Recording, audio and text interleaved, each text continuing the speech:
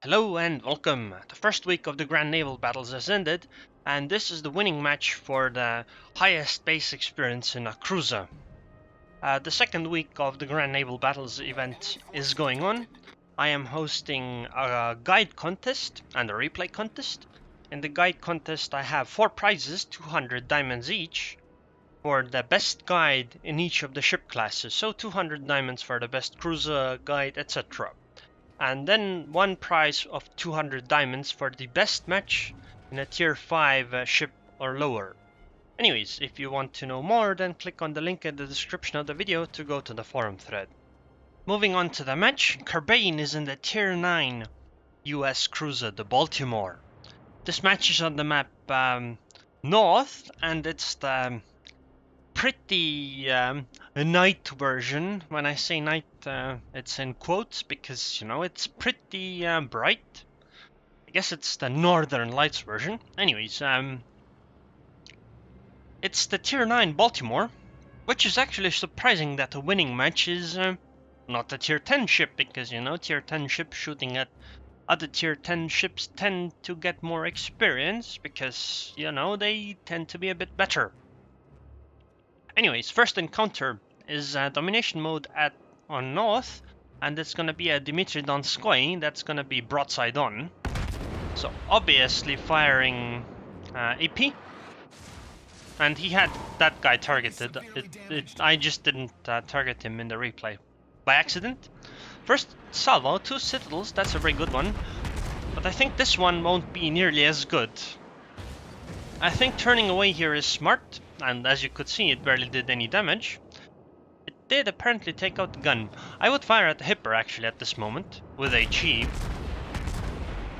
and I think he did, but again, the replay doesn't select the same target that, he did.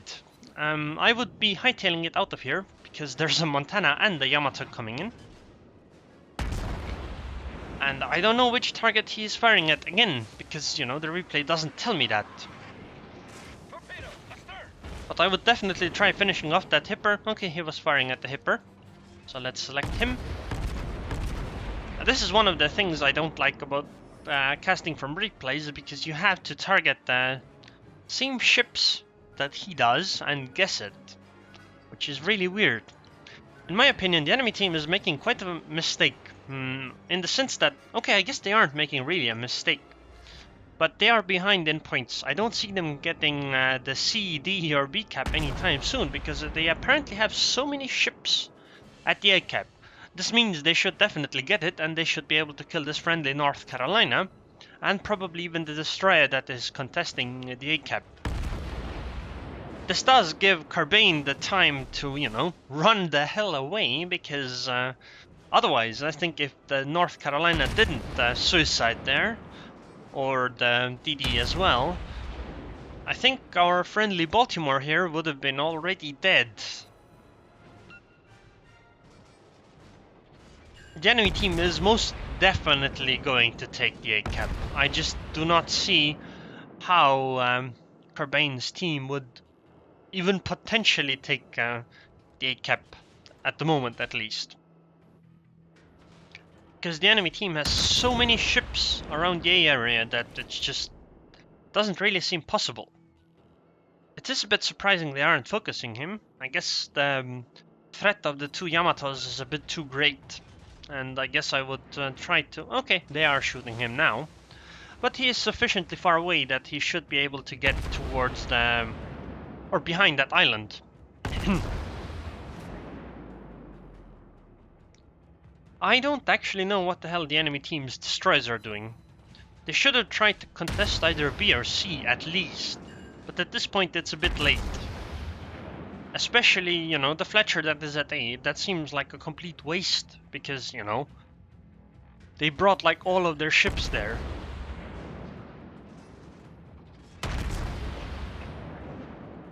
Right now he's really just farming damage, trying to set the Yamato on fire because he was already burning, and use this damage control party, etc. So I guess a good target now is the Montana to essentially do the same. The major targets would probably be cruises, but at this point they are too far away. Even if he had a cruiser to shoot at these kinds of ranges, the damage would be minimal anyway, because most shells would probably miss. And the battleships are pretty much standing still, so hitting them isn't very difficult. So setting them on fire and setting them on fire again and then setting them on fire again is a good strategy. They're behind one ship, though. But I guess it's understandable. And it's not really that big of a deal, because they have the decap, and they know that the decap is in no threat of being taken. Because, you know, they are positioned in a way which means that the enemy isn't gonna get there. And they also have the C and B caps, so Kurbain's team is doing really, really well.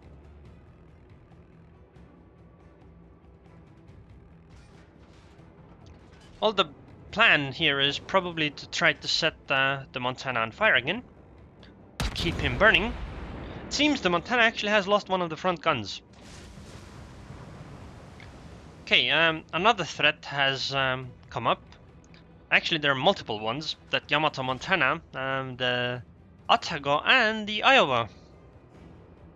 But the Iowa is probably the biggest threat, because the Montana and Yamato do not seem to be focusing him.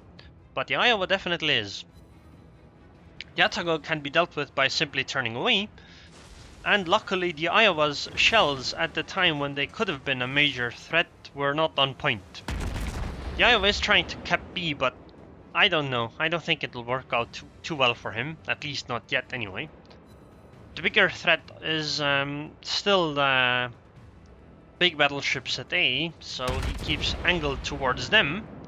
He fired AP for the first salvo, which was okay this time, but HE is probably still better. Because fires, and they still deal probably the same amount of damage to these battleships.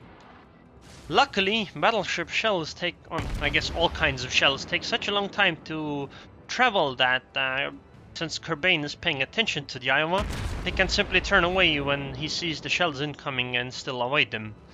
And, you know, he keeps decapping B, so, or, you know, holding B, making sure the Iowa doesn't get it, so I think it's okay. What really would be nice for the enemy team to happen is, and now the Iowa fires and he turns away again.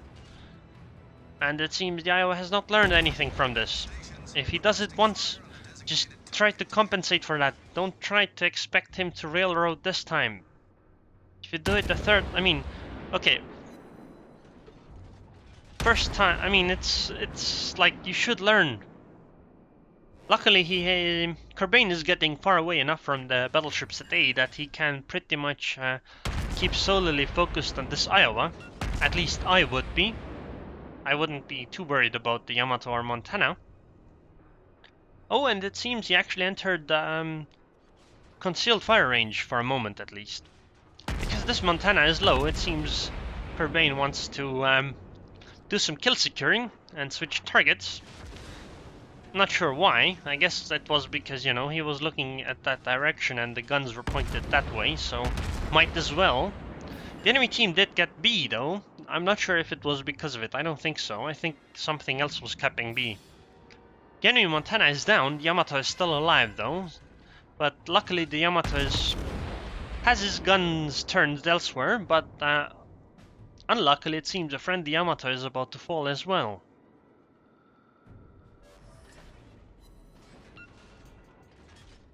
Kurbain slows down. I would as well, because, you know, wouldn't want to get closer to that Iowa. At least not yet, anyway. And could just shoot the Yamato from the side. But again, being a sitting duck in this position isn't a very good idea. The game's pretty even in terms of points, but actually the enemy team has a pretty big lead. They have at least a one-ship lead. And the enemy Yamato is still rather healthy. So things aren't actually the greatest. Let's look at friendly Yamato. And yep, the friendly Yamato is doing much worse. That guy named YYWEE,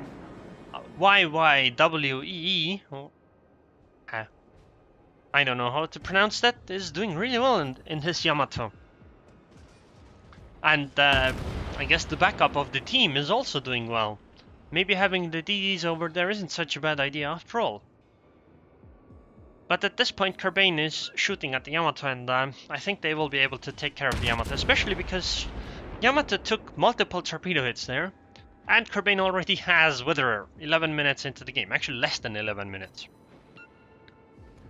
But this 203 HE spam will definitely be the death of the Yamato. Okay, maybe not like the actual kill, but it will significantly hurt the Yamato. She started moving, but I don't think it's, you know, early enough. I think it's a bit late. So, goodbye. YYV, you did decently, but you were just a pawn to get arsonist for our friendly Baltimore here. Now there's a DD coming, so might as well shoot him, and since he's turning away, might as well shoot the Iowa for some more fires. The Iowa's guns seem to be turned to the side, so he isn't a major threat at the moment, and I think it's fine if Kurbain slows down here and shells a bit. We just need to not dilly-dally for too long, otherwise it will not just work out for him. The enemy team has a very low HP New Orleans. That's nice. A pretty easy kill, to be honest. And I think it wouldn't be worth it to waste a Yamato shot on it, but I think the bigger threat would be the Fubuki. So I think the Baltimore should focus on the Fubuki, but I guess it's okay if he took a shot on the New Orleans. I think the friendly Yamato is going down though, because, you know, she is rather low HP. And there's at least one battleship and a few cruisers shooting him. You know, this is the kind of thing why spectating the replays is kind of annoying. The action, like the camera movements aren't smooth completely. Okay, Enemy heavily damaged. wow, the Yamato got killed. He got high caliber. But his secondary shells were in the air after he died, and they picked off the New Orleans. I think it was the New Orleans. Yep. The enemy team still has... Okay, the enemy team has a 2-ship advantage, so this is actually a significant advantage. But the points are still in the favor of Kurbain's team, so it's okay. And they have a Baltimore Hipper and Gearing left. The enemy team has an Iowa, North Carolina, Otago, Fletcher, and Fubuki, so I guess I would put the advantage on the enemy team at the moment. The unfortunate thing is the Iowa is still there at B, but this Otago is luckily not doing very well at fighting Kurbain. He is railroading with his broadside on quite a bit. Okay, that was some massive damage by the Iowa, but luckily Kurbain managed to take out the Otago.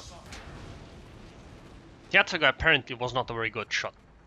The unfortunate thing is that the enemy DD is capping C at the moment, and this is something they really can't allow because they are at the ship's disadvantage, so keeping the points lead is rather important. Luckily, the enemy team's capping ship is Fletcher, but the friendly defending ship is a Gearing, and the Gearing definitely has the advantage. Kurbain is trying to fight the Iowa, and I think he can, because he is a cruiser and he can definitely take advantage of concealment, especially knowing how lousy the enemy Iowa is at compensating for you know, all kinds of movement that Kurbain does. The unfortunate thing is that the enemy still has an almost full HP North Carolina left. That one could throw a wrench into his plans, but as long as the Gearing manages to stop the capping of C, I think it'll be okay. Because, you know, then the points will tick evenly, and even if they lose the Baltimore, it should be still fine in terms of points. Okay, this was a pretty good shot by the Iowa, but he kinda got screwed by RNG, or he aimed poorly. But at least it was more or less in the same postcode. But I think the Iowa's numbers or days are limited, I guess minutes in this case. Okay, or maybe not. Nope, never mind. Iowa is slowly ticking down. Honestly, I would stop firing at this point. Because you don't want to be detected for longer than needed. Especially with that North Carolina around. There's a Fletcher left, I think, here. No, there's a Fubuki left around here. It's the one we saw earlier. This shall salvo my turret. Nope, never mind. It's okay. It's okay. Okay, the gearing managed to stop the capping of C. Unfortunately, the enemy DD left and went for D instead. So the Fletcher that's at the CD area is doing really well. Like, that is a smart choice. Because, you know, the defending side has an advantage, especially when torpedoes are in play. And the issue here is that there's a Fubuki around near Kurbain, and Kurbain does not know where he is. What I would do is use radar, and he did. And I think this is bye-bye, Fubuki. Show's over. Radar's around. Or maybe not, actually. Wow! Okay, I would immediately press the heal button, but that Fubuki dodge. Wow, Fubuki's still alive! Are you kidding me? I would actually pay attention to where the torpedoes right now are, because if you just take torpedoes... Okay, never mind, you're fine. And the Fubuki got away! Wow!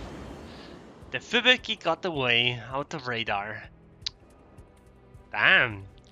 Well, that's a pickle. That's a real problem.